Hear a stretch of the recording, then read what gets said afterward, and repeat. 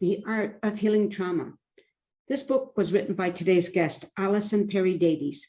One of the things that I'm going to ask her is what inspired her to write the book?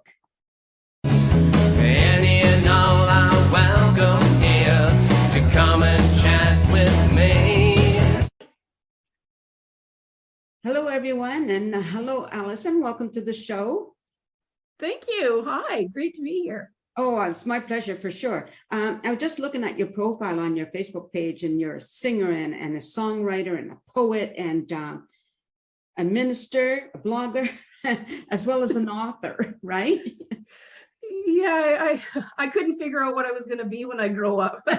Well, just don't grow up. That's the trick right there. Absolutely. I just started reading your book, and I must say that I'm really happy that I have a chance to read it, and I'm looking forward to continuing because, like a lot of people, even though it's your own story, right? Yeah. I feel that a lot of people will be able to connect with it, for sure. Yeah, and it's so far the feedback has been really great that way. So people have said to me, "I'm so sorry, I'm crying and telling you my story, and it's about your story." I said, "No, it's about all of our story." Yeah. That's, we've all had been impacted by trauma in some way, especially over the last 2 years. If you thought you'd escaped it before, Yeah. So yeah, the feedback has been awesome. Very good. I just wonder what inspired you to write it in the first place? Well, that's a longer story. So I started writing, I wrote a chapter in 3 different collaboratives. So I was a co-author. Okay. And I always knew I wanted to write my story, or I like to write anyways, whether it's poetry, whether it's fiction, whatever it is, it's cathartic. It's how I heal. It's how I live and breathe. So it started with that. And then I got into this speaking group of some sort and was going to do a story on forgiveness. So when I started to write about forgiveness, it just started to grow and grow. And I realized, oh, I don't have a chapter. I've got a book. And it took me almost 2 years to do it. It was just, that's what happened. I just thought people needed to know a little bit more about forgiveness. My working as a minister and a disability case manager, I'd learned a lot about how people all of us can get stuck in this place, whether it's not forgiving ourselves or something that's happened. And it's one of those things when we get stuck in unforgiveness, we're hurting ourselves. It's what's that saying go? It's the poison that we're the ones who are drinking it, right? So that's how it started, and it just blossomed from there. Very good. Yeah. One of the things you mentioned is, and it's something that afterwards I spoke to one of my sisters about, is that intergenerational trauma. Yes. And it's something that we don't hear much about. We really don't. So I was very happy that you brought it into the book. I think I learned a lot about that. I worked for some years as a disability case manager within Indigenous communities.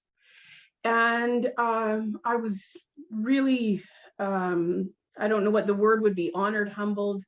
I was able to do I took some statements from residential school survivors. There was just some things through there, and I really started to learn about it through what we're learning and the impact that it's had on Indigenous communities. Right. But it doesn't, of course, it doesn't stop there. People are people, and we bring in what we bring in. So yeah.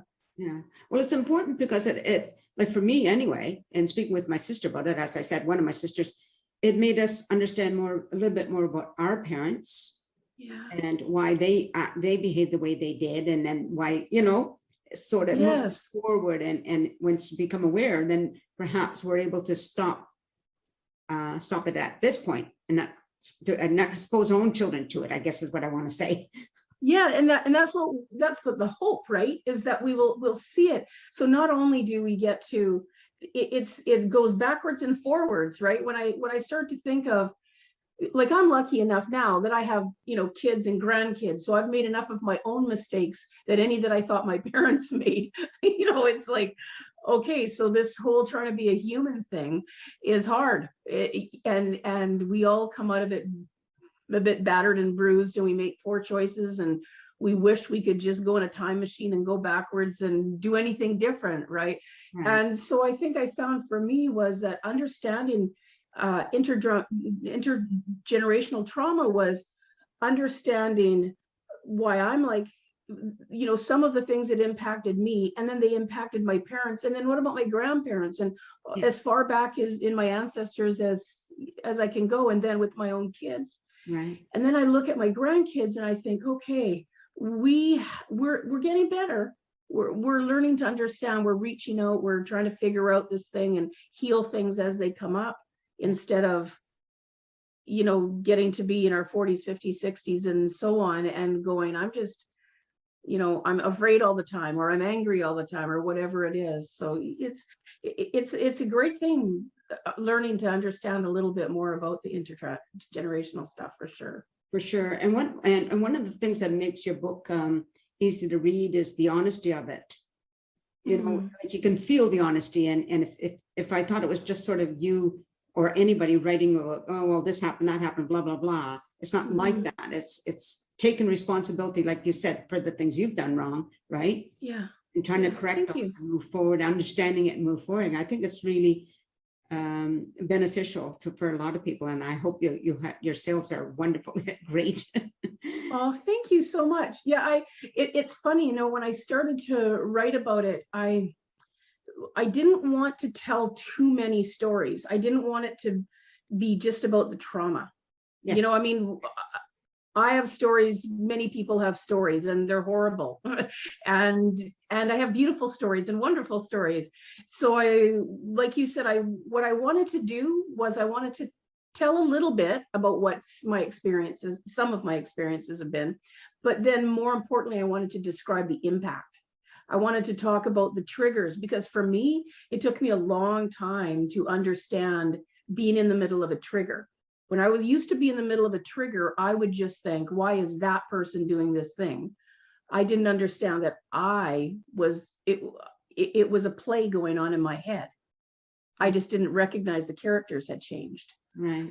So yeah, I'm happy with it, and I've had some really lovely responses. I was excited that it went to bestseller in 7 categories with Amazon when it first came out. I was like, whoa, How cool. Okay, that's awesome. And I'm having, more people do feedback and tell me that it's helped them. And that was the thing I told my friend, if one person was to contact me and say, I was struggling with whatever, and I read your book and it gave me hope, or it helped me to process something, then it would be worth it. And I've already surpassed the one.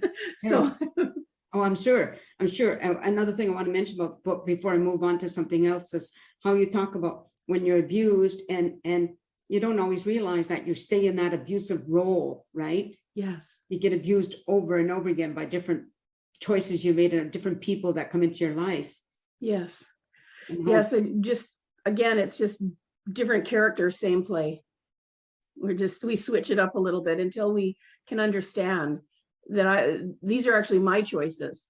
And that's not to beat up on myself. That's my only way out. My only way out is to accept responsibility that, okay, what happened, what should never have happened. However, it did. Now, how do I move forward? Because nobody can do that for me. If there was a way to get someone else to do that for me, I would have figured it out. Now, switching the topic a little bit, I want to talk to you about your songwriting and your poetry. Tell me a little bit about that, when you got involved when you started singing. When I started, in terms of writing and poetry and songs and things like that, I probably the earliest I remember is I was about 10 or 11. I just was always writing. I don't remember not writing. So there must have been a start point. I do remember I was about 11 years old. The first song that I remember writing and singing it to my mom after my Nana passed. But it wasn't a great song, but it was a song. And so I just continued along. I continued to do that. And then for some years I sang in a lot of cover bands around the Vancouver area. All right. Mostly a couple of country bands, mostly R&B and blues. Yes. And then I spent about 20 years in church as a worship leader and minister, and that was the music that I had really poured myself into. And then the last probably 5 or 10 years has been back to I started to, working with bands, doing covers and some originals around town. Mostly when I do my original stuff, I'm by myself. Right. So I started to do that, and then I had my accident. And so then music stopped for a while, and I'm just actually now starting to work on a CD. So, but yeah, so there was, after my accident, about 6 years that I was unable to process music in my head with my brain injury. So it kind of slowed down there. But I'm very happy to say that I am slowly being able to pick it up again. Very good. Amplified music, not so much. So it'll be acoustic, Right. but I'm happy to be back. Very good. Did you want to talk about that accident a little bit? Sure. I was hit by a distracted driver February 14th, 2015, and took me about 3 years to be able to, before I could drive, or Wow. I still have a little bit of stumbling in my speech. Right. Not much, but for the first few years, I had some significant impairment in my speech. I would fall quite a bit. I had vertigo for quite a few years.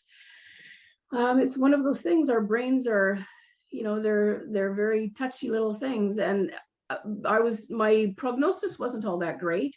But one thing that I had going for me, I think, was that I'd been a disability case manager. So I'd worked with people who had brain injuries. I'd worked with people who had significant impacts in their life that made it a challenge. And I somehow in me, I can't even, well, I don't remember anything for the first about 3 years. It's a bit of a blackout there, but I just decided to start painting.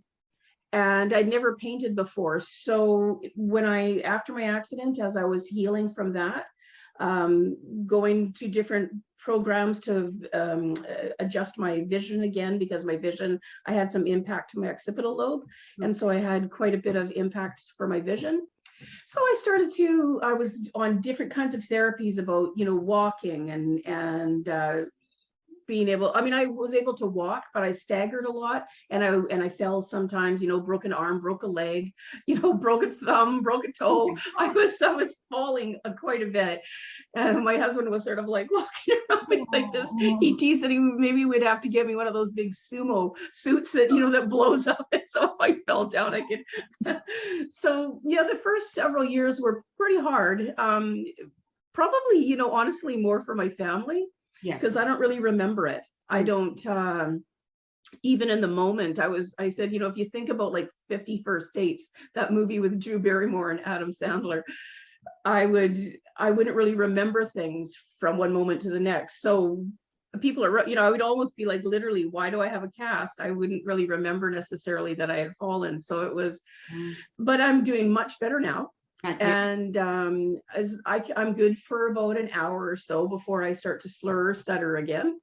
So I do things in small packages, but I'm doing them. And that's part of, even again, back to the book, back to my writing, whether I'm painting, it's just finding ways to make it work.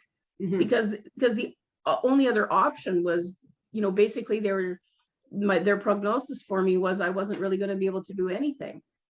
And I thought, well, I might not be able to go and work a job for 8 hours anymore, but nothing can't be my option. Yeah. That can't be the answer. Yeah. Yes. Yeah. Yeah. And so, so I feel like, given all things considered, I've done really well. I was in the brain injury program for some years, and I still do, follow-ups with that. And yeah, I feel hopeful. And if anybody's listening who has a brain injury, don't give up. It gets better. I'm 6.5 years post injury. Yes. And, there was a time that walking and talking was hard for me. And now I'm writing a book, I'm painting paintings, I'm working on a CD. And it's all just little increments, right? It's just little, I might only be able to do something for 15 minutes at a time or so. But that's okay. Yeah, I'm doing it. Yeah. And that's what we do. We just don't give up. It's interesting because years ago, I interviewed a painter, and he had a severe accident causing brain trauma, and he couldn't paint for a while, and then he started, like, he was encouraged to start painting again, but it was a totally different type of painting then afterwards. Wow. It was really, isn't it amazing? it is so amazing. I'm never amazed by what people can do for themselves, right? Yes. You know, after a diagnosis that can be so devastating. Proving the doctor's wrong is wonderful.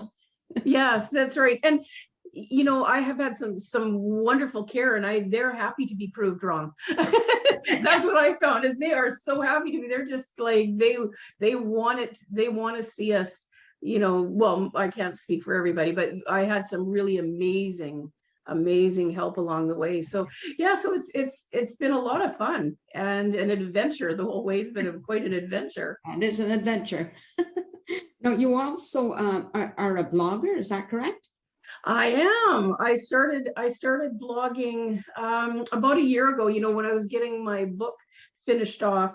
I've kind of haven't kept it up as much, but it's on my webpage, and I'm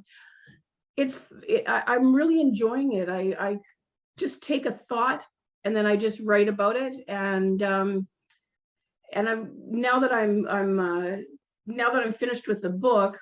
Of course, I don't know if I told you this part. I'm starting writing children's books now. No. Oh, I've written a child's book and I feel so happy about it. So I was like, yeah, I love it. Yeah, so my niece Carly Fallon, she's actually from Chilliwack. Okay. And she's an amazing artist, and so she's doing the illustration and I'm writing the books. And basically it came out of my idea of what could we do to help kids so that they don't have to wait till they're this age till they start working things out. Yeah. So it's stories done in a way with really incredible art. Her illustration is, man, it's making me up my game in my writing. I'll tell you that right now. She's just amazing. But it's stories like the happiness garden, right? Where kids learn that basically whatever you nurture is what's going to grow. So whether that's happy thoughts or if that's negative thoughts, that's basically, I mean, that's a very shortened version of what some of the stories are about. And different ways I teach kids grounding techniques, but all done in a way that it's fun and for a, you know, 4 to 8-year-old category. Right. Yeah. Yeah. So those are really exciting. Those will be coming out in the spring of 2022. That is so awesome. I think it's wonderful. I mean, I just think about, again, you know, getting back to your severe accident and all the things you've been accomplishing since then. Yes. I mean, how can that not encourage people, you know, right? It's like, come on, you have no excuse. Well, you know, people, we stop ourselves from doing things basically, right? But because we think that what we're doing isn't good. I think many of us think that what we're doing isn't good enough. And I just came to the place where, you know, my songs are, I'm not Leonard Cohen or, you know, Bob Dylan. I'm just writing what I write. Yes. You know, my books, I'm not Brene Brown. I just write what I write. You know, my poetry, my blogs, my photography, my paintings, I just do what I do. And I don't try to think too much. I mean, of course I'm human. I can start to play around in my head, sure. But for the most part, it's not about that. It's about how do we just create and process and let whatever is inside of us come out. And usually what I find is that people create incredibly beautiful works once we get our head out of the way. You know, just stop the trying, just do it. Yeah. You know, if you have to do it 100 times before you like it, that's okay. What are you doing anyways? Sitting around. Just do it. Yeah, before we started taping, I just said that. And I'm so excited about this because I don't know why, but I kind of knew you were going to be like this type of person. And I love talking to somebody who is like that. Oh, thank you. I love talking to you. It's awesome. It's nice to connect to a person who doesn't look at you like you just grew 3 heads. They totally know what you're talking about right away. Of course, you're going to keep trying. What else are you going to do? Yeah, I think that's wonderful because, you know, I hear people say a lot of times, like, oh, I know I'm too old to do whatever. And I'm one of these late bloomers. And I'm thinking, no, you're not too old. Maybe too afraid, I can understand, but not too old, you know. So. Yes, we're never too old. You know, it's so funny. I I used to have a recurring dream years ago. And I'm just one of those people, as wherever this comes from, I just believe if we listen to that little inner voice, we listen to our dreams, we listen to those things. And I used to have a recurring dream that I was pregnant for a very long time, and when the baby was born, it was this little boy that was already walking around, and his name was Joshua. And I had a person who said to me, who was really did like dream interpretations or whatever. And he said to me, "Do you remember Joshua from the Bible?" And I'm like, "Yeah." And he said, "Remember, he was so old when he finally walked into everything he would, the glory land or whatever it was." I should know the story, but anyways. And he said, "I think that's your dream. Your dream is about people who are old, like yourself and other people who are maybe in the twilight years of their life, the last quarter or the last third of their lives, and they're going to come and they're going to start to do magnificent things." And I always held on to that. I thought, I was born in 59, right? So I'm 62, and I kind of grew up in a time that we were always told, when you're older, you will do that, right? When you're older, you're going to do that. And then it sort of switched to when you're younger. And I thought, whoa, wait, I missed my turn. How did I do that? And then it just occurred to me, it doesn't matter. I hope I am still taking courses, because I'm doing that, right? I have to have modified courses now because reading is really hard for me now. Because it's very hard for me to get the letters to just go straight across the page. They kind of dance now. I don't know. It's like they're falling or something. Anyways, so I think, basically I hope to be 80 and 90 and 100 and still writing and taking classes and trying something new and finding things that make me feel alive. Right. I would hope everyone would do that, because what else are we doing? Absolutely. Yeah. When you mentioned like the letters on moving, I just realized that I've had a number of strokes, and I always think words are messing with me. Letters are messing with me, right? Yes. Because I'll read something and I think that doesn't make sense, and then I'll have to reread it. It's like, oh, okay, the words are all lined up. Okay. Well, a stroke is a brain injury, so so it's it's something very similar to what I'm experiencing. So you know it exactly then. And like, just try to get them to just play nice and go across the page properly. When you said that, it just like boom. Yeah, of course, Nancy, that's what your problem is, Oh, wow. Okay. That's kind of cool. I appreciate that. Well, I think we're just about out of time, but I just want to again, thank you for being on this show, and to the audience. Thank you so much.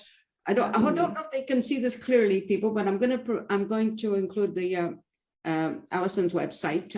But anyway, it's the Art of Healing Trauma. Alison Perry-Davies, and it's a really, even though it has, like I said, I've just started, I highly recommend this book. And I want to thank you rather for watching the show. And if you want to be on, you know what the deal is, just contact me. I'd love to have you here. And Alison, thank you. Just stay with me for a minute while I say goodbye to everybody. Okay, thank you so much. You're welcome. And everybody, you know what the deal is, like, share, and subscribe. And peace out, everyone. A sense of community, Chilliwack's a place to be. A sense of community where you're free. Rolling through the mountains, rolling through the valley, rolling through paradise with me.